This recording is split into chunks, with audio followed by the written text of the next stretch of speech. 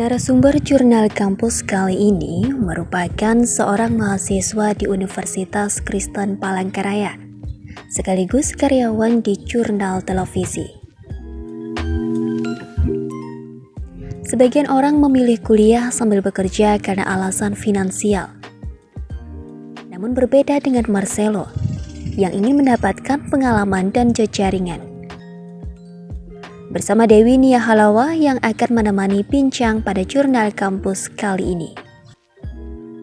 Halo sahabat kampus, bertemu lagi dengan saya Ririn Fitria dan nantinya akan ditemani oleh rekan saya juga yaitu Dewi Nia Halawa.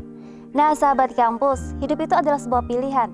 Kuliah sambil bekerja pun adalah sebuah pilihan. Seperti halnya narasumber kita yaitu yang merupakan mahasiswa di Universitas Kristen Palangkaraya. Ia memilih kuliah sambil bekerja. Siapakah dia? Dewi Nia Halawa, rekan kita akan ngobrol dengan narasumber kita pada hari ini untuk Anda. Halo sahabat kampus, kembali lagi dengan saya Dewi Nia Halawa dan pada sore hari ini saya tidak sendiri, saya sedang bersama dengan seorang mahasiswa dan juga seorang karyawan di salah satu stasiun TV lokal yang ada di Kalimantan Tengah, yaitu jurnal televisi. Dan pada sore hari ini kita akan ngobrol ataupun sharing tentang bagaimana perjuangan seorang mahasiswa kuliah sambil kerja. Langsung saja pada sore hari ini saya sedang bersama dengan Mas Marcel atau Bapak atau apa nih? Ya kalau misalkan apa? Om aja sih. Om. Tapi kalau sekelas mahasiswa kan pastinya panggil nama aja. Ya, oke. Berarti aku panggil Marcel saja ya? Ya. Oke, halo Mas Marcel. Selamat sore. Halo Mbak Dewi ya. Selamat Ya, sore betul Mbak. sekali. Ya, langsung saja. Kenapa sih Marcel ini memilih kuliah sambil kerja? Itu didasarkan pada diri sendiri atau dari orang tua atau bagaimana kira-kira? Untuk motivasi saya masuk kuliah sambil kerja itu memang sebenarnya itu nggak ada motivasi ya. Karena kemarin itu ini adalah sebuah kesempatan, makanya kita ambil. Kalau misalkan kita niat memang kuliah untuk sambil kerja dari sana memang nggak ada. Nah cuman kemarin kebetulan jurnal televisi ini membutuhkan karyawan. Nah kesempatan itu yang kita ambil. Nah, kalau untuk motivasi diri sendiri ya itu lebih kepada masuk kuliah sih. Oke, berarti ini lebih ke karena masuk kuliah jadi makanya juga termotivasi untuk bekerja ya seperti itu. Iya, kalau misalkan ada peluang, ya kenapa kita tidak ambil seperti Oke, itu. ini berarti dimanfaatkan peluang yang ada ya selagi Ya. masih ada ya. Jadi diisi ya kekosongan itu ya, Iya, Mas Marcel. diisi. Iya, berarti ini tadi kan ini lebih ke motivasi ya. Tadi kenapa lebih memilih kuliah sambil kerja? Itu didasarkan karena mungkin finansial atau memang karena apa? Seperti itu? Kalau untuk kuliah sambil kerja itu berdasarkan karena mau ingat juga kita sebagai perantau dan usia kita untuk sekarang ini itu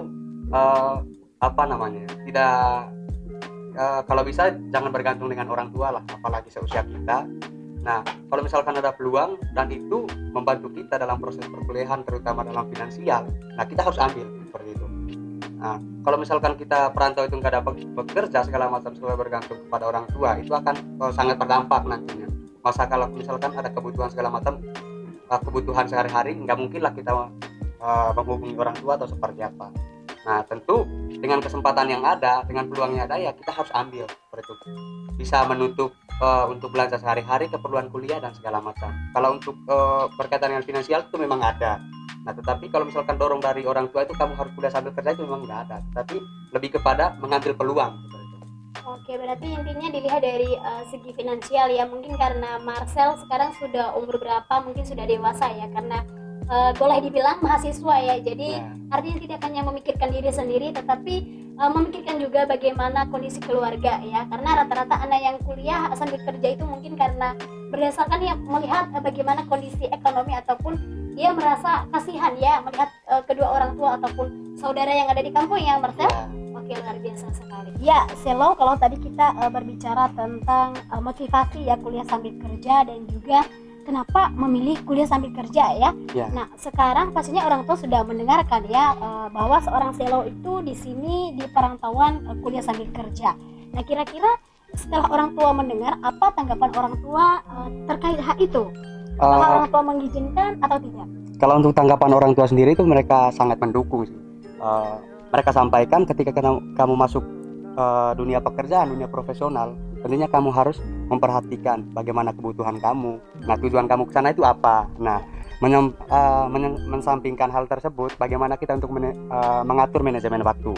Nah, tentu kita datang dari kampung hadir di sini itu yang pertama itu pasti ada tujuan utamanya itu apa? Kembali kita harus pulang yang namanya sarjana. Nah, itu yang paling penting. Nah, untuk masuk dunia pekerjaan segala macam itu tergantung bagaimana kita mengkondisikan waktu. Itu manajemen waktu bagaimana supaya salah satunya itu tidak bisa ketinggalan.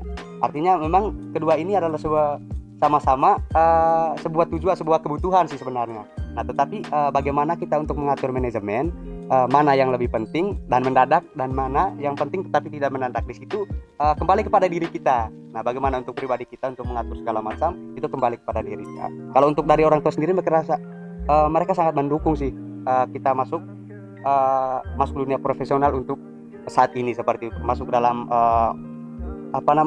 usia kita seperti ini sudah masuk dalam dunia profesional seperti itu. Mungkin itu. Ini ceritanya orang tua selalu mendukung ya, mensupport seorang Marcel untuk kuliah sambil kerja ya. Oke, Selo, dan tentunya menjadi seorang mahasiswa dan juga kuliah sambil kerja itu tidak mudah ya, karena kita juga kuliah pastinya kita punya tugas dan juga tanggung jawab ya. Nah, kira-kira ada nggak sih tips and trick dari seorang Selo sendiri bagaimana membagi waktu antara kuliah dan juga kerja? Mungkin bisa sedikit dibagikan ke sahabat kampus yang ada di rumah ya. Kalaupun tidak terlalu banyak itu sudah sangat bermanfaat buat teman-teman di luar sana. Ya baik, terima kasih. Untuk membagi waktu antara kuliah dan kerja itu lebih kepada pribadi tadi yang seperti yang saya sampaikan, itu kembali kepada pribadi kita. Nah, bagaimana kita untuk membagi waktu, memang kedua hal ini memang sangat penting. Nah, tetapi bagaimana ketika perkuliahan itu penting dan juga mendadak, nah kita harus ambil itu. Nah, ketika di dunia pekerjaan, dunia profesional itu memang penting tetapi tidak mendadak, itu yang kita diundur. Nah, salah satunya harus ada yang mengalah, seperti itu, tergantung bagaimana kita membaginya. Nah, itu tips and triknya itu kembali ke pribadi tadi. Nah, kita kembali bagaimana untuk memilah mana yang penting dan mendadak, mana yang penting tetapi tidak mendadak. Nah, seperti itu. Benar-benar good ya, artinya seorang Selo melihat bagaimana tingkat prioritas ya, kembali mana yang lebih mendadak dan juga penting untuk dikerjakan dalam satu waktu itu ya, atau dalam satu hari itu. Oke teman-teman, itu dia tadi ya, luar biasa sekali ya. Oke, Selo tentunya menjadi seorang mahasiswa dan juga bekerja ya, kuliah sambil kerja itu tuh kadang-kadang ada jadwal yang datang secara bersamaan dan itu memang mendadak dan juga sama-sama penting ya. Nah, menurut Selo sendiri apa sih solusi ketika mendapatkan jadwal yang bersamaan? Kalau untuk suatu waktu mereka datang semuanya sama-sama penting dan juga mendadak. Nah, untuk saat ini pun ya kebetulan kita masih dalam pandemi COVID. Nah, kita kuliahnya online. Nah, ketika kedua-keduanya datang secara bersamaan, baik itu urusan kuliah dan urusan pekerjaan. Nah, di situ yang memang menjadi kita dipaksa dan dilatih bagaimana untuk menghadapi persoalan itu, dan tentu kita mengambil solusi yang tepat bagaimana untuk keduanya supaya salah satunya tidak ditinggalkan, seperti itu. Nah, yang pertama kalau misalkan untuk saat ini kebetulan kita masih kuliah dalam daring.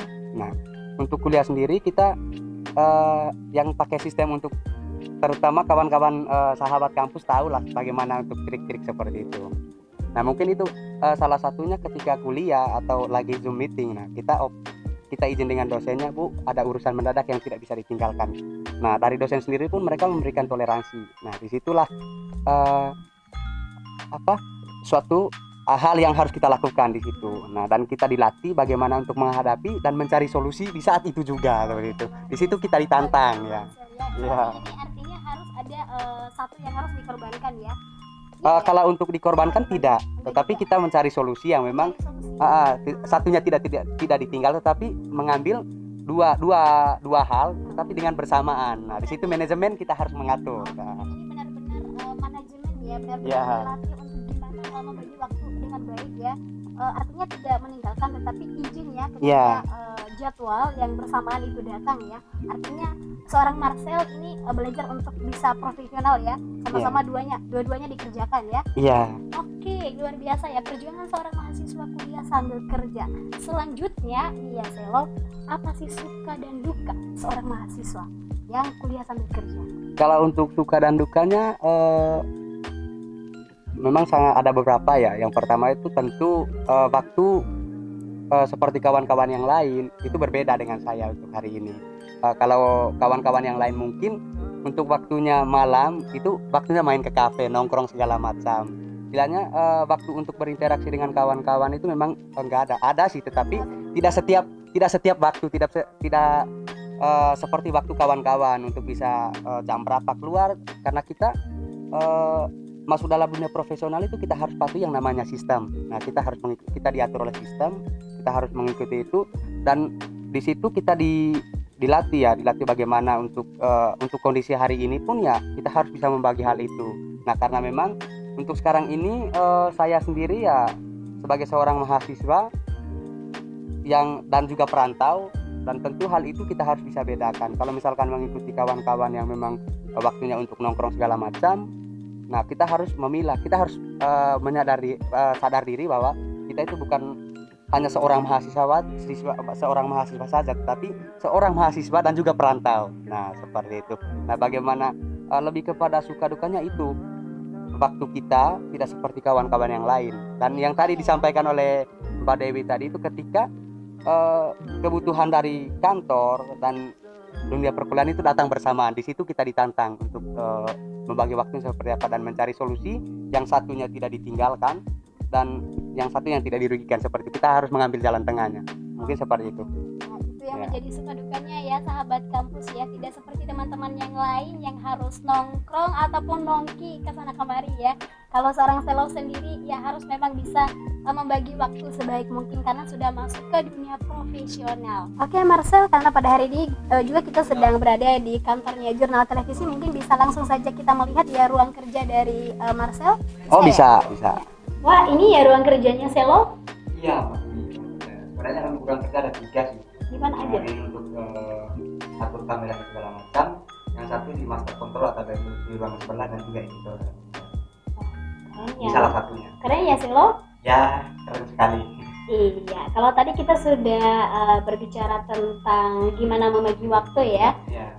dan juga gimana sih perbedaan dengan teman-teman yang atau suka dukanya ya, seperti itu ya Selo.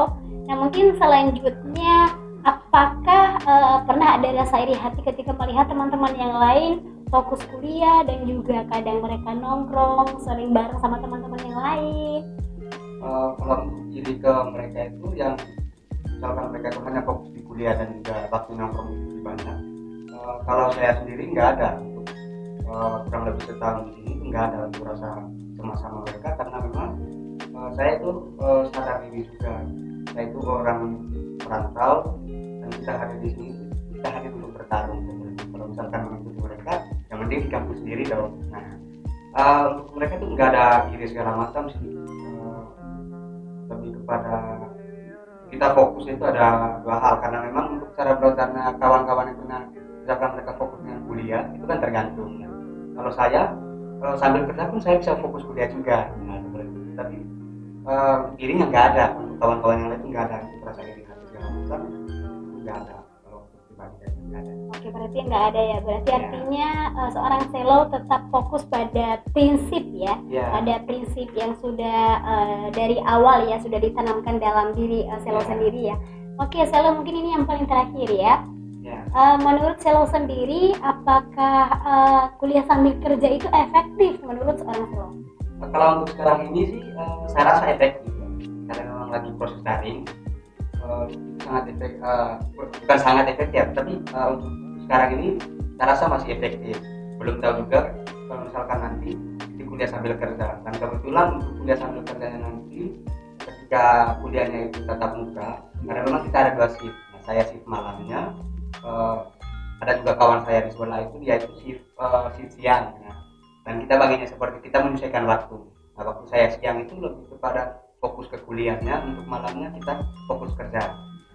Oke, berarti dalam tanda kutip kuliah sambil kerja itu efektif ya? Ya, efektif Penting untuk saat ini, untuk saat ini ya. kondisi hari ini. Kalau ke depan masih nggak tahu ya. Untuk kedepannya kita tidak tahu. Kita tidak tahu. Ya. Berarti terbukti bahwa hari ini sahabat kampus ya, menjadi seorang mahasiswa kuliah sambil kerja itu memang bisa sebenarnya, itu tergantung sama diri sendiri ya. Dan hari ini luar biasa sekali kita sharing tentang bagaimana perjuangan seorang mahasiswa kuliah sambil kerja. Dan semoga ini bisa bermanfaat buat seluruh sahabat kampus ya. Ya. Terima kasih ya Marcel. Terima kasih sama-sama. Luar biasa Mbak. sudah mengisi program jurnal kampus pada sore hari ini. Ya. Sampai ketemu di waktu yang Akan datang ya. ya sekali.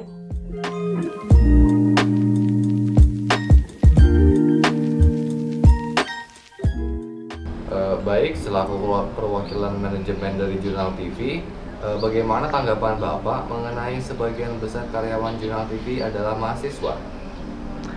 Ya, terima kasih.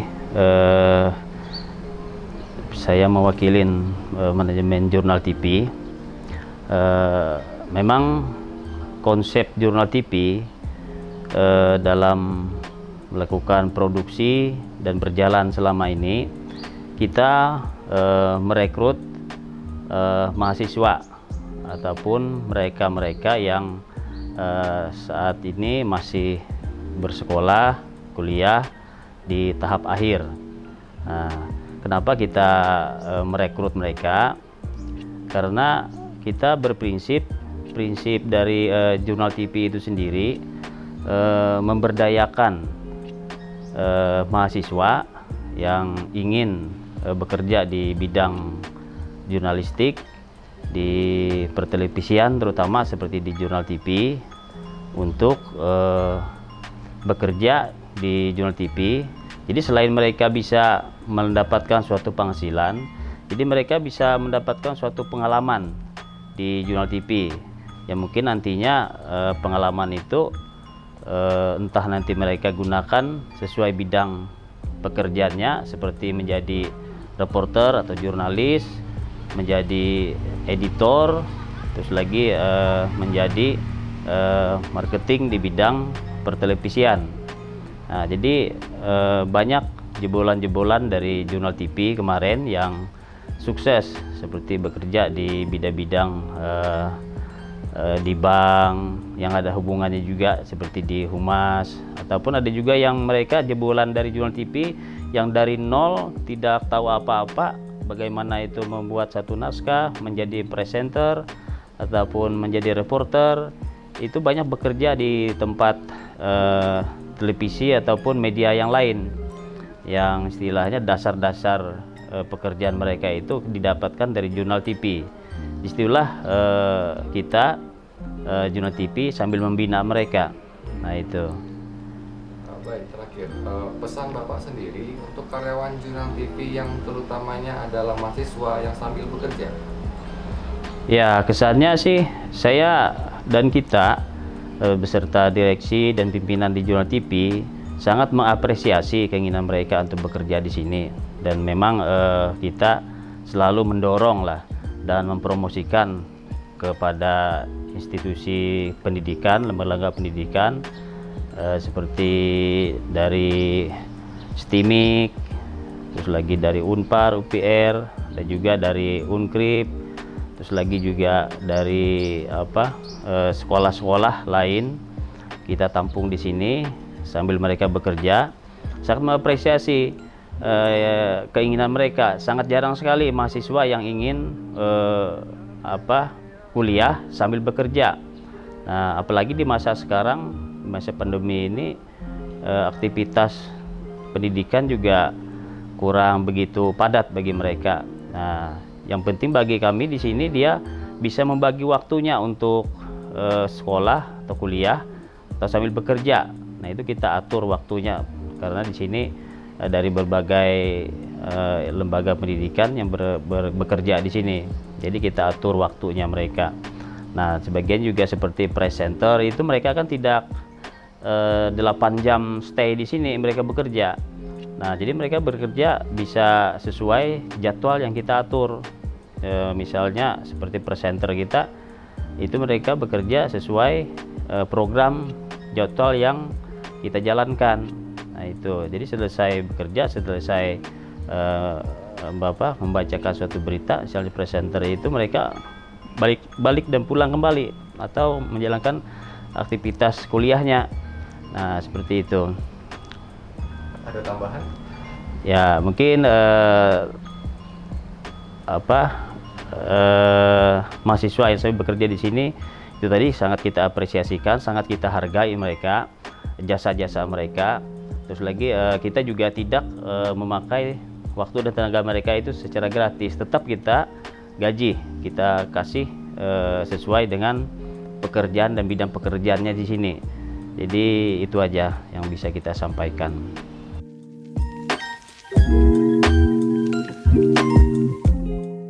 Halo sahabat kampus, demikianlah obrolan mengenai perjuangan seorang mahasiswa sambil bekerja. Nah, kesimpulannya yang dapat kita tarik dari Marcelo tadi, yaitu seorang mahasiswa Kristen Palangkaraya.